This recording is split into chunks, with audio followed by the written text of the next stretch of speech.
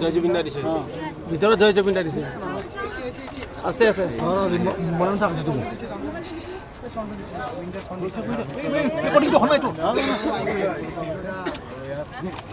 ভিতৰত কি ক'ব যোৱা 7-10-2025 এই তাৰিখটোত যি ডিটেনশ্যন অৰ্ডাৰ পুলিচ কমিশ্যনাৰেটে ইছ্যু কৰিছিলে ভিক্টৰ দাসৰ NSAৰ যি ধাৰা NSA ধাৰা সন্মিলিত কৰি তেওঁক NSAৰ গোচৰত তেওঁ আজি তাৰিখলৈকে যি কাৰণে তেওঁ কাৰাদণ্ড হৈ আছে আজি উচ্চতম গুৱাহাটী হাইকোৰ্টে এই গোটেই বিষয়টো সুপ্ৰিম কোৰ্টৰ যি গাইডলাইন অনাৰেবল গুৱাহাটী হাইকোৰ্টৰ যি NSAৰ আগতেও আমি দেখা পাইছোঁ আমিনুল ইছলাম শৃংখল চলিহা বা তেনে ক্ষেত্ৰত NSAৰ কি গাইডলাইন হ'ব লাগে মানুহ এজনক NSAৰ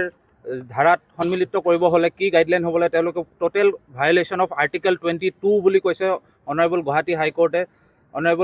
হাইকোৰ্টে কনষ্টিটিউশ্যনেল ৰাইটছ ভায়োলেট হোৱা বুলি কৈছে সুপ্ৰিম কোৰ্টৰ যি দিয়া গাইডলাইন তেওঁলোকে কমপ্লিটলি ভায়োলেট কৰি কিনে NSAৰ প্ৰচিডিংটো তেওঁলোকে ইনিচিয়েট কৰিছে যদিও তেওঁলোকে আমি বিগত সমস্যাত আমি আপোনালোকেও প্ৰেছৰ মানুহ সেই সময়ত উপস্থিত আছিলে আপোনালোকে দেখা পাইছিলে যেতিয়া ভিক্টৰ দাসক লৈ গৈছিলে আপোনাৰ তেওঁৰ ভাষ্যখিনি তেওঁ প্ৰদান কৰিবৰ কাৰণে তেওঁলোকে পুলিচৰ ডিটেইনিং অথৰিটিৰ ওচৰত গৈছিলে ডিটেইনিং অথৰিটি যদিও তেওঁক মাতিছিলে কিন্তু ডিটেইনিং অথৰিটিয়ে তেওঁৰ কোনো ভাষ্য নল'লে তেওঁৰ অকল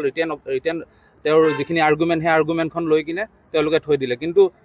উল্লেখযোগ্য যে উচ্চতম ন্যায়ালয় গুৱাহাটী হাইকোৰ্ট আৰু সুপ্ৰিম কোৰ্টৰ যি ডাইৰেকশ্যন গুৱাহাটী হাইকোৰ্টে খুব সুন্দৰ এটা আজি জাজমেণ্ট দিছে আৰু ভায়োলেশ্যন অফ আৰ্টিকেল 22 আৰ্টিকেল 21 বুলি কৈছে আৰু Victor Das should be at liberty to free and the NSA proceeding are quashed and set aside যিহেতুকৈ NSA প্ৰচিডিংটো ছেট এছাইড হৈ গৈছে ইতিমধ্যে আমি ইয়াতে চেণ্ট্ৰেল জেলৰ বাহিৰত আমি আজি অপেক্ষা কৰি আছোঁ কমিশ্যনাৰেটৰ পৰা যেতিয়া এটা মেছেজ আহিব ছুপাৰিণ্টেণ্ডেণ্টলৈকে যে ভিক্টৰ দাসৰ অৰ্ডাৰটো তেওঁলোকে যিটো আজি গুৱাহাটী হাইকোৰ্টে যিটো অৰ্ডাৰ পাছ কৰিছে কমিশ্যনাৰেটৰ পৰা সেই ৰিপৰ্টটো অহাৰ লগে লগে এতিয়া ভিক্টৰ দাস আজি ওলাই আহিব বাহিৰলৈকে আৰু ইতিমধ্যে আমি চাৰ্টিফাইড কপি আমি জমা কৰিছোঁ আমি অপেক্ষাত আছোঁ আৰু NSAৰ গোচৰ এই ধৰণে যদি মানে আগন্তুক দিনতো এনেকৈ প্ৰচিডিঅ'ৰ ভায়োলেশ্যনৰ থ্ৰুৰে যদি আগন্তুক দিনতো তেনেকৈ হয় তেতিয়াহ'লে আপোনাৰ খুব দুৰ্ভাগ্যজনক আৰু আমি খুব দুখিত সেইটো আমি ক'ব বিচাৰোঁ ধন্যবাদ আৰু পুৰণি গোচৰ জাপি দিয়াৰ সম্ভাৱনা আছে নেকি ওলাই অহাৰ পিছতে পুৰণি গোচৰ তেওঁক চাওক ইতিমধ্যে তেওঁলোকে যি NSAৰ তেওঁলোকে আপোনাৰ পেটিশ্যন তেওঁলোকে যি ফাইল কৰিছিলে NSAৰ যি তেওঁলোকে NSAৰ তাতে তেওঁলোকে বিভিন্ন কেছৰ কথা তেওঁলোকে কৈছে কিন্তু তেওঁলোকে যেতিয়া গভৰ্ণমেণ্ট ছাইডে যেতিয়া এফিডেভিট ফাইল কৰিছে তেওঁলোকে কৈছে যে এইটো আমাৰ অভাৰচাইট হৈছে ভিক্টৰ দাসৰ ইমানকেইটা কেছ নায়েই তো সেনেধৰণৰ তেওঁলোকে ভুলো আগতেও কৰি থৈছে আৰু গভৰ্ণমেণ্ট এফিডেভিটত তেওঁলোকে অলৰেডি কৈছে যে আমাৰ ভিক্টৰ দাসৰ যিখিনি আমি কেছ লিখিছোঁ তেওঁ ভিক্টৰ দাসৰ নাই এইটো ভিক্টৰ দাসৰ কেছ নহয় আমি লিখোঁতে আমি ভুল হৈছে আৰু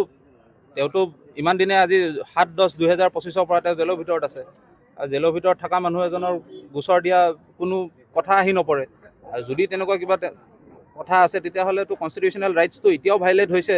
আৰু আগন্তুক দিনতো যদি সেনেকুৱা কিবা পৰিস্থিতি হয় তো কনষ্টিটিউশ্যনেল ৰাইটছ এজন মানুহৰ ভায়োলেট হ'ব